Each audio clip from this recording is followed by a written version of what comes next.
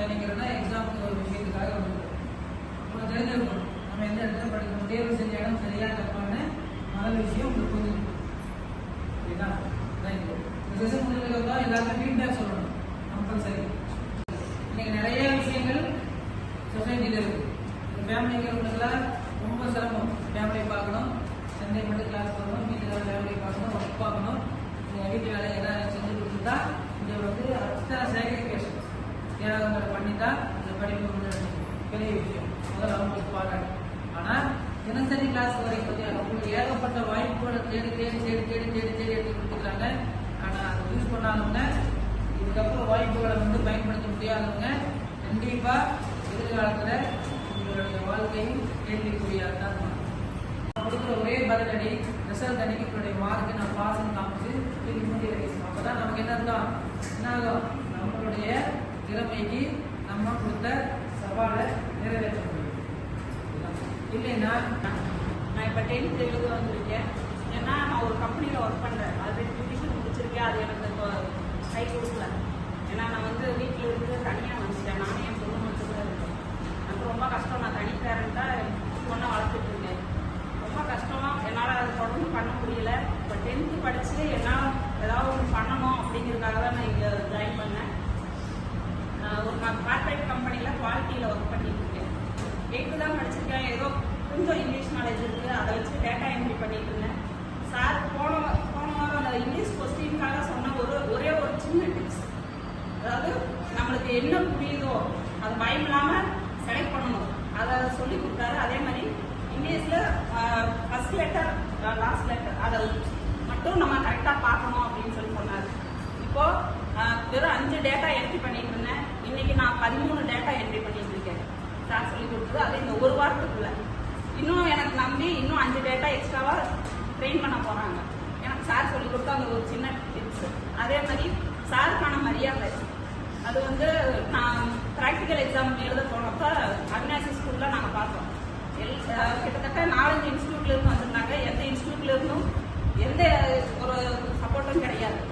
Sir வந்து hall டிக்கெட்லேருந்து எல்லாமே அவர் மெனக்கெட்டு அவர் டைம் எடுத்து கொண்டு வந்து கொடுத்துட்டு போனார். அங்கே ஏஞ்சல் இன்ஸ்டியூட் அப்படின்னாலே தனி ஒரு மரியாதையாக இருந்துச்சு. அதுக்கு சாருக்கு ரொம்ப தேங்க்ஸ். ஏன்னா அந்த மரியாதை இல்லைன்னா எங்களுக்கு அங்கே எப்படி இருந்திருக்குன்னே தெரியாது. தனியாக வந்தவங்களெல்லாம் முடியாது போங்க அந்த மாதிரி தான் ட்ரீட் பண்ணாங்க. ஆனால் ஏஞ்சல் இன்ஸ்டியூட்லேருந்து வந்திருக்கோம் அப்படிங்கிறதே எங்களுக்கு ஒரு பெருமையாக இருந்துச்சு. ரொம்ப தேங்க்ஸுங்க சார். நான் வந்து இங்கே பக்கத்தில் தான் இருக்கேன். 9th நான் ஸ்கூல்லேருந்து நின்றுட்டேன். எனக்கு வந்து 9th ரொம்ப உடம்பு சரியில்லாமல் ஆயிடுச்சு. அதுக்கப்புறம் எங்கள் ஃபேமிலி ஸ்கூல்னால எங்கள் அம்மாவுக்கு ஆப்ரேஷன் பண்ணதுனால படிக்க முடியல. அப்படியே எனக்கு ஸ்கூல்லேருந்து வேலைக்கு போட்டாங்க. நான் ஸ்கூல் நின்னதுலேருந்து அடுத்த நாள்லேருந்து வேலைக்கு போனேன். இப்போ 6 வருஷமாக வேலைக்கு போயிட்டு தான் இருக்கேன். எவ்வளவோ வழிகளில் நான் படிக்க ரொம்ப ட்ரை பண்ணேன். எதுவுமே எனக்கு கையை கொடுக்கல. எல்லாம் பாதியில் இருந்துச்சு. எக்ஸாம் வரைக்கும் போய் நின்றுச்சு. எதையுமே நான் எழுத கிடையாது. அதுக்கப்புறம் இப்போ போன வருஷத்தில் எங்கள் அம்மா இறந்து எங்கள் அப்பாவும் எனக்கு ஆதரவு கிடையாது. எங்கள் 3 பேர்த்தையுமே தனியாக கொண்டு போய் வால்பாறை அனாதாசிரமத்தில் விடுறேன்னு சொன்னாங்க. நாங்கள் என் தங்கச்சிக்கு நான் இருக்கேன், நான் அனாதாசிரமம் போக மாட்டேன் அப்படின்னு சொல்லி சண்டை போட்டு இருந்தப்ப, உன்னால் தனியாக பார்க்க முடியாது, உன்னால் அவங்கள பார்க்க முடியாது, உனக்கு அந்த டேலண்டே கிடையாது அப்படின்னு சொல்லி நீ வேணா கல்யாணம் பண்ணி போயிடு, அந்த பிள்ளைகளை நாங்களே பார்த்துக்கிறோம் அப்படிங்கிற மாதிரி ரொம்ப ப்ரெஷர் பண்ணாங்க. அதுக்கப்புறம் எங்கள் அண்ணா கிட்ட நான் சொல்லி, இல்லைண்ணா நாங்கள் அனாதாசிரமம் போக மாட்டோம், நாங்கள் முதல் பிரிய மாட்டோம், எங்களை ஒன்றா விடுங்க, நாங்கள் கரெக்டாக இருப்போம்னு சொன்னால் யாருமே எங்களை நம்ப கிடையாது. எல்லாருமே எங்களை பிடிக்க தான் பிளான் பண்ணாங்க.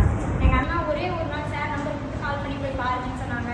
இங்கே வந்தேன். என்னோட படிப்பு என்னைக்கு நின்றுச்சோ அதுலேருந்து நிறைய விஷயங்களை விட்டுட்டேன். டைம் பஞ்சுவல் பண்ணுறது எதுவுமே கிடையாது. வாழ்க்கை இப்படிதான் கம்பெனி தான் இனிமேல் நம்ம எதையுமே சரியாக கண்டினியூ பண்ண வேண்டாம் அப்படின்னு சொல்லி எல்லாத்தையுமே விட்டுட்டேன். எங்கேயுமே நான் டைமுக்கு போக மாட்டேன், எதையுமே டைமுக்கு பண்ண மாட்டேன், சாப்பிட்றது சொல்கிறது எதுவுமே டைமுக்கு பண்ண மாட்டேன். ஒரு மாதிரி கருத்து போன வாழ்க்கைக்குள்ளேயே இருந்தேன்.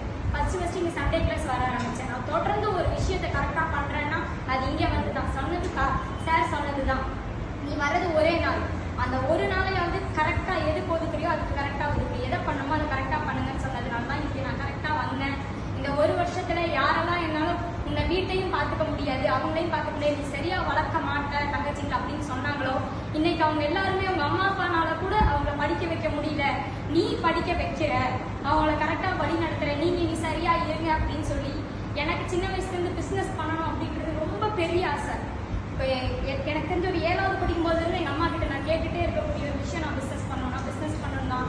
நான் ஃபஸ்ட்டு சொல்லும்போது எங்கள் அம்மா கூட பயந்தாங்க, நான் என்ன பண்ணணும் ஏது பண்ணணும். என்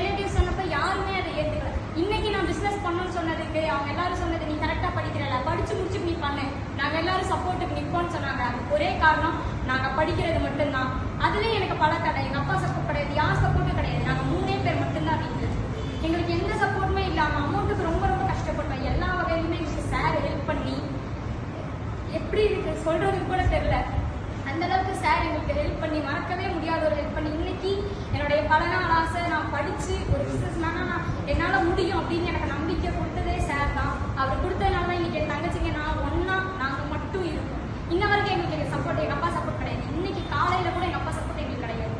நாங்களே தான் கிளாஸுக்கு போனால் எங்களுக்கு கிளாஸுக்கு லீவ் போட முடியாதுன்னு சண்டை போட்டு காலையில் வந்தோம். காரணம் இங்கே வந்திருக்கிறது எதுக்கு, எனக்கு இந்த 10வது ரொம்ப முக்கியம், நான் படிக்கிறது ரொம்ப முக்கியம், என் தங்கச்சிங்களை நான் படிக்க வைக்கணும் அப்படின்னு நான் ட்ரை பண்ணேன். ரொம்ப என் தங்கச்சிங்களையும் படிக்க வைக்க கிடையாது. அவங்களும் 1 வருஷம் வேலைக்கு போனாங்க, படிச்சு விட்டு அவங்க 2வது வருஷம் வேலைக்கு போகிறாங்க. இன்னைக்கு அவங்க சொல்கிறாங்க நாங்கள் படிச்சுட்டே நாங்கள் படிக்கிறோம்க்கா, நாங்கள் வேலைக்கு போயிட்டே படிக்கிறோம், எங்களால் முடியும் அப்படின்னு.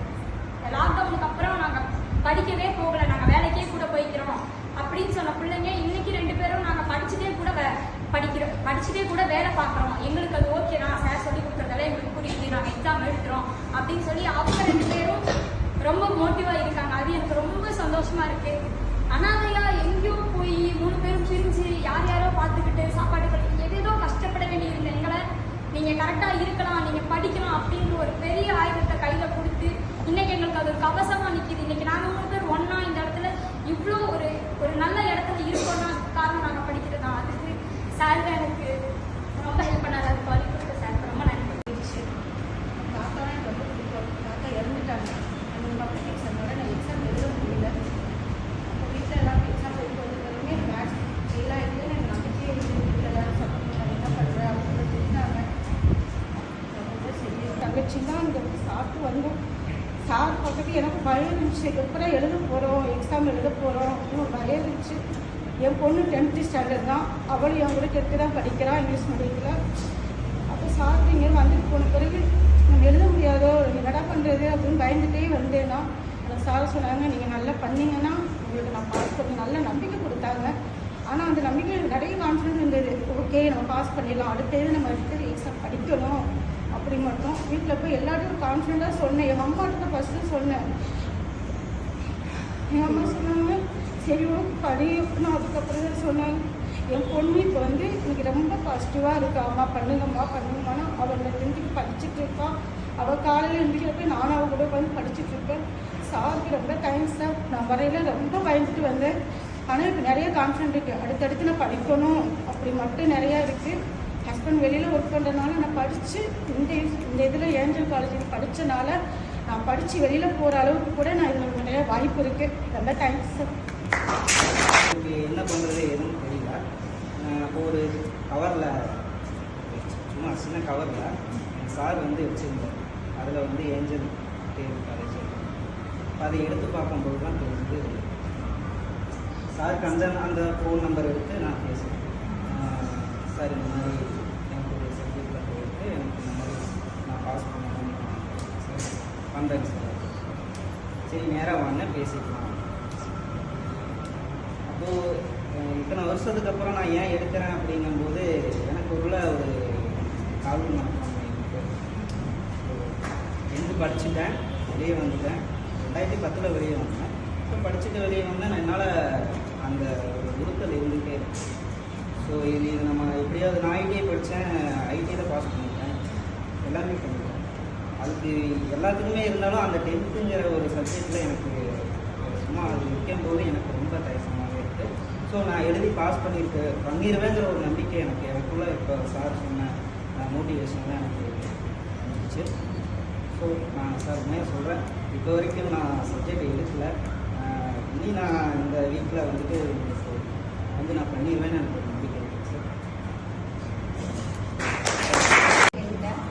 ஆனால் 8th பாஸ் பண்ணணுங்கிறதுக்காக சார் வந்தேன். ஆனால் அதுவும் எனக்கு எந்த கூட இல்லாத சின்ன வயசுலேருந்து ஒரு தயக்கம் இருக்கும்.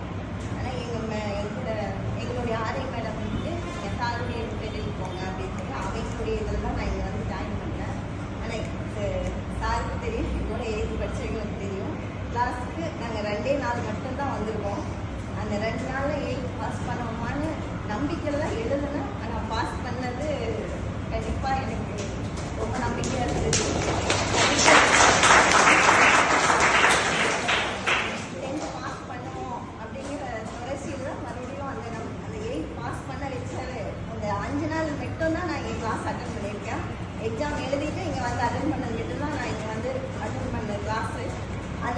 பாஸ் பண்ணதுங்கிறது எனக்கு ஆச்சரியமான ஒரு விஷயம். அது சார் கொடுத்த இதுதான். 10th கண்டிப்பாக சார் மேலே உள்ள நம்பிக்கையும் தைரியம். நான் சொல்ல போனால் நான் ஸ்கூலுக்கு போகிறக்கே பயப்பட்ட ஒரு இதுதான். படிப்பு நம்ம வராது அப்படின்னு சொல்லிட்டு படிப்பு நானாக நிறுத்துறது தான். ஆனால் இப்போ கண்டிப்பாக 10th பாஸ் பண்ணுவோங்கிற நம்பிக்கையில் வந்திருக்கேன்னா கண்டிப்பாக சார் மேலோட நம்பிக்கை. இன்னும் எங்கள் வீட்லேயும் நம்பிக்கையை வெளியே அனுப்புகிறாங்கன்னா அந்த ஒரு நம்பிக்கை தான். சாருக்கு ரொம்ப தேங்க்ஸ். படிக்கணும் படிக்கணும் படிக்கணும் ரொம்ப ஆசைப்பட்டேன். நான் வந்து 7th வரைக்கும் கிளாஸ் ஃபஸ்ட் எடுத்துருந்தேன். ஆனுவல் ஒவ்வொரு ஆனுவலையும் நான் தான் ஃபஸ்ட் ப்ரைஸ் வாங்கினேன். அப்படி இருந்து என்னை வந்து படிக்க விடாமல் படிக்காம நிறைய விஷயம் படிக்கணும் படிக்கணும் நான் அவ்வளோ இது பண்ணேன். இனி இதில் படிக்க வச்சுருங்க, அதில் படிக்க வச்சுருங்க. ஆனால் தேடி தேடி ஒவ்வொரு விஷயமா சொன்னேன். ஆனால் எங்கள் அம்மா இதை படிக்க வைக்கல. வேலை பார்த்துட்டே படிக்கிறேன் அப்படின்னு சொன்னேன். ஆனால் எங்கள் அம்மா படிக்க வைக்கல. சரி இதுதான் அப்படின்ட்டு ஒரு பனியன் கம்பெனியில் வேலை பார்த்தேன். டெய்லர் ஆனேன். அப்புறம் அதில் இருந்து போகும்போது அப்படியே டெய்லராக போயிடுச்சு. ஒன்றுமே இல்லை. ஒரு 17 வருஷம் எனக்கு திரும்பி பார்த்தா பிளாங்காக இருந்தது. சரி மேரேஜும் ஆச்சு. மேரேஜ் ஆனதுக்கு இதுக்கு மேலே எப்படி படிக்கிறது விட்டாச்சு. அப்புறம் வீட்டில் இருந்து ஏதாவது பண்ணணும் அப்படின்னு சொல்லி தான் டெய்லர் எங்கே ஆரி அப்படின்னு சொல்லி நானாக ஸ்டார்ட் பண்ணிட்டு ஏதாவது கற்றுக்கணும் ஏதாவது பண்ணணும் அப்படிங்கிற ஆசையில் பண்ணேன். ஆனால் அங்கேயே எனக்கு வந்து அந்த பிஸ்னஸை வச்சு ஏதாவது பண்ணலாம். நம்ம ஜீரோ படிக்கல, நமக்கு ஜீரோ அப்படிங்கிற ஒரு விஷயம் இருந்தது. என் ஃப்ரெண்டு தான் சொன்னாங்க இந்த மாதிரி நம்ம ஸ்டார்ட் பண்ணலாம். அப்போ கூட நான் படித்து என்ன பண்ண போகிறோம்னு தெரியல. ஆனால் என்ன இவ்வளோ நாள் நம்ம படிக்கல, நமக்குன்னு ஒரு லைஃப் இல்லை. நமக்கு ஆசைப்பட்டது படிப்பு மட்டும்தான். சரி போவோம் படிப்போம் அப்படின்னு சார்கிட்ட ஃபஸ்ட்டு கேட்டதே வந்து இந்த கடை எங்கே இருக்குன்னு நான் கேட்டேன். எனக்கு எப்படி பேசுறதுன்னு கூட தெரியல. அந்த அளவுக்கு நான் ஒரு ஜீரோவாக இருந்தேன். இப்போ சார் சொன்னார் டுட்டோரியல். அப்புறம் தான் எனக்கே புரியுது நான் உங்ககிட்ட எப்படி பேசுகிறேன், என்ன தப்பு பண்ணுறேன், நமக்கு ஒரு ஜென்ரல் நாலேஜே இல்லை அப்படின்னு சார் அதை சொல்கிறாரு. சார் சொல்லும்போது வந்து எனக்கு வந்து திட்டுற மாதிரி இருந்தாலும் அது எனக்கு புரிஞ்சுக்க முடியுது. நம்ம பேசுறது சரியில்லை, மாற்றிக்கணும் அப்படின்னு அந்த விஷயத்த நான் சார்கிட்ட வந்து கற்றுக்கிட்டேன். இன்னொரு விஷயம் சொல்ல போனால் எங்கள் அம்மா அப்பா என்னை படிக்க வேண்டாம் வேலைக்கு போ, அது அவங்களோட சுச்சுவேஷன். அவங்களையும் என்னால் வர சொல்ல முடியாது. சிங்கிள் பேரண்டாக எங்களை வளர்த்தாங்க. எனக்கு அப்பா கிடையாது. அந்த நேரம் வந்து இப்போ அவங்க அம்மா சொல்கிறாங்க என்னை நம்புறாங்க. நீ பண்ணு பார்த்துக்கலாம், ஏதாவது ஒரு வகையில் ஒரு வழி வரணும். அதுக்கு வந்து ரொம்ப கஷ்டப்பட்டது வந்து நான் இந்த டுட்டோரியல் இந்த படிப்புங்கிற விஷயத்தை சார் ரொம்ப ரொம்ப தேங்க்ஸ் சார். நான் இது வரைக்கும் உங்ககிட்ட ஏதாவது கண்டிப்பாக நான் முடிச்சுட்டு போகும்போது உங்கள் காலில் வந்து முட்டு கூட நான் நினச்சிருக்கேன். பட் வந்து இது ஒரு வாய்ப்பாக நினச்சி சொல்கிறேன். என்னால் பேச முடியாது, ரொம்ப எமோஷனலாக பேச முடியாது. இருந்தாலும் ஏதாவது ஒரு வாய்ப்பை சொல்லணும் அப்படின்னு நினச்சேன். எனக்கு வந்து இந்த உலகத்திலே பெரிய விஷயம்னா இந்த படிப்பு. இந்த படிப்பு நான் படிக்கிறதுக்கு நீங்கள் ஹெல்ப் பண்ணிட்டு ரொம்ப தேங்க்ஸ். ஸ்ரீமதி.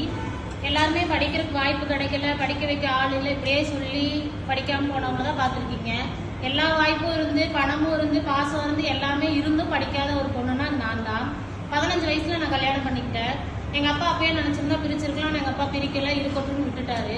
ஆனால் அவர் என்ன பண்ணார், 1 வருஷத்துல விட்டுட்டு போயிட்டாரு. குழந்தை திருமணம் பெற்றவங்க பண்ணி வச்சா கேஸு, நம்மளே பண்ணிக்கிட்டா பிரச்சனை இல்லை. அது பேர் காதல் திருமணம்.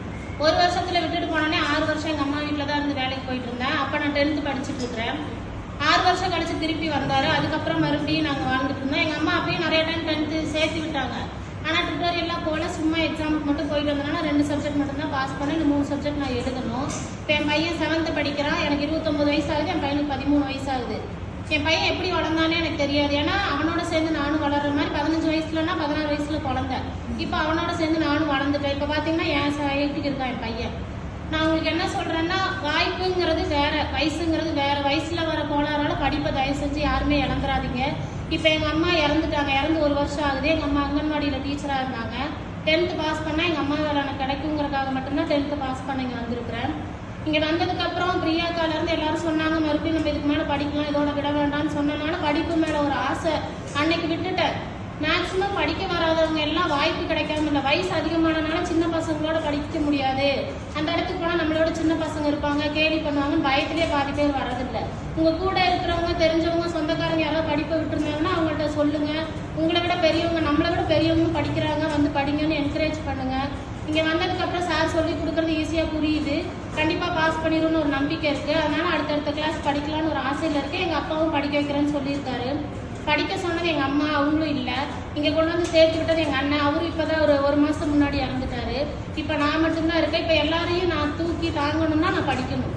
உங்களுக்கு வயசு இருக்கும்போதே படிச்சுக்கோங்க, வயசு இருக்கும்போதே வாழ்ந்துக்கோங்க. வயசுக்கு மீறின வாழ்க்கைக்கு ஆசைப்பட்டு யாருமே லைஃப்பை தயவு செஞ்சு விட்டுறாதீங்க.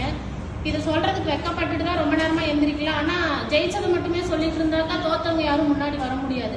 அதனால சொல்கிறேன், லைஃப்பை பாருங்கள், படிங்க, நல்லா படிங்க. சார் எனக்கு இங்கே வந்து புரிகிற மாதிரி சொல்லி கொடுத்து மறுபடியும் எச்சா படிக்கணும்னு தூண்டினதுக்கு நான் அவருக்கு நன்றி சொல்லிக்கிறேன்.